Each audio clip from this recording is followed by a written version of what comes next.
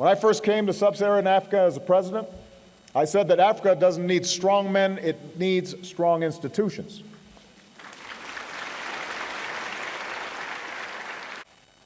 I believe Africa's progress will also depend on democracy, because Africans, like people everywhere, deserve the dignity of being in control of their own lives.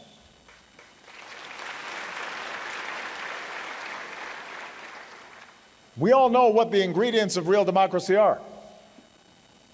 They include free and fair elections, but also freedom of speech and the press, freedom of assembly. These rights are universal. They're written into African constitutions.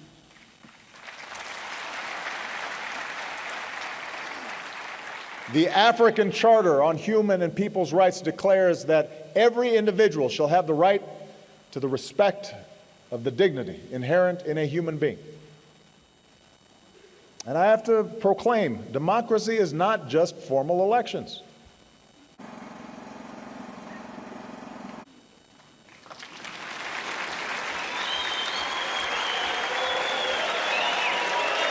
You know, when journalists are put behind bars for doing their jobs, or activists are threatened as governments crack down on civil society,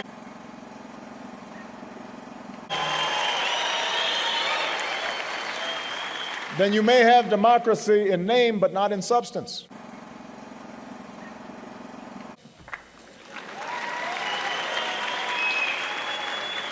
And I'm convinced that nations cannot realize the full promise of independence until they fully protect the rights of their people. The bottom line is that when citizens cannot exercise their rights, the world has a responsibility to speak out. And America will, even if it's sometimes uncomfortable. Even when it's sometimes directed towards our friends. And I know that there are some countries that don't say anything. And maybe that's easier to, for leaders to deal with.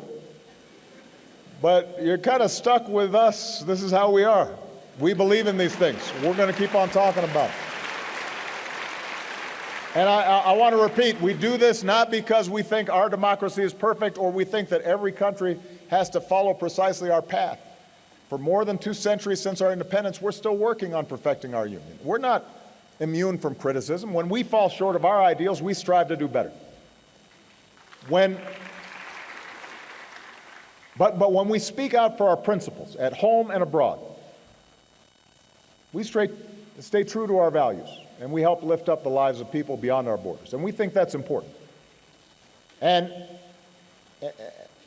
it's especially important, I believe, for those of us of African descent, because we've known what it feels like to be on the receiving end of injustice. We know what it means to be discriminated against. We know what it means to be jailed. So how can we stand by when it's happening to somebody else? I'll be frank with you, it can't just be America that's talking about these things. Fellow African countries have to talk about these things. Just as other countries championed your break from colonialism, our nations must all raise our voices when universal rights are being denied. For if we truly believe that Africans are equal in dignity, that Africans have an equal right to freedoms that are universal, that's a principle we all have to defend. And it's not just a Western idea, it's a human idea. I have to also say that Africa's democratic progress is also at risk when leaders refuse to step aside when their terms end. Now,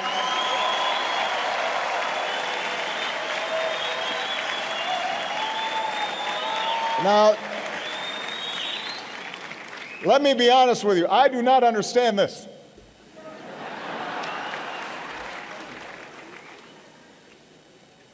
I am in my second term. It has been an extraordinary privilege for me to serve as the President of the United States. I cannot imagine a greater honor or a more interesting job. I love my work. But under our Constitution, I cannot run again. I can't run again. I actually think I'm a pretty good president. I think if I ran, I could win. But I can't.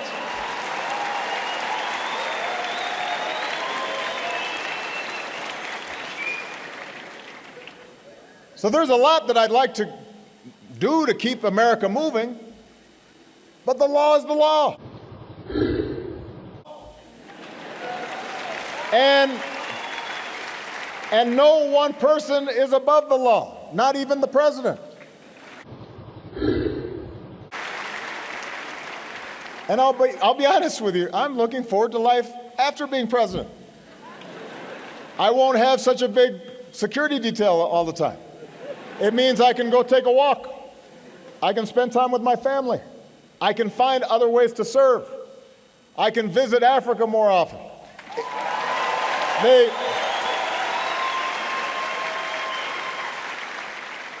The point is, I don't understand why people want to stay so long.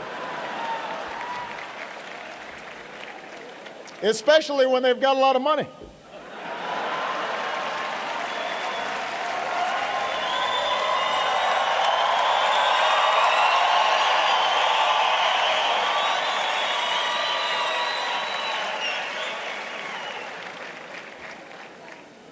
When a leader tries to change the rules in the middle of the game just to stay in office, it risks instability and strife, as we've seen in Burundi.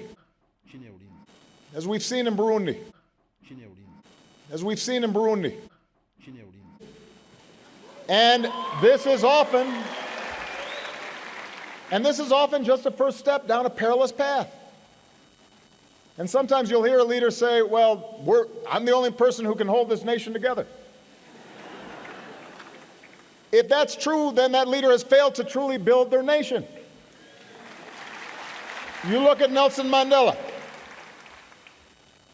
Madiba, like George Washington, forged a lasting legacy, not only because of what they did in office, but because they were willing to leave office and transfer power peacefully.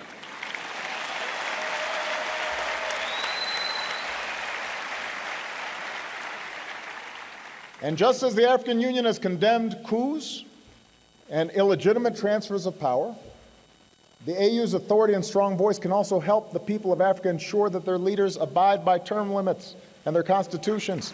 Nobody should be president for life. And your country's better off if you have new blood and new ideas. I'm still a pretty young man.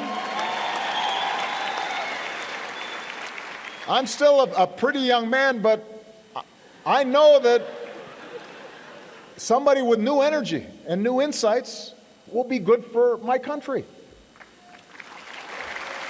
It will be good for yours too in some cases.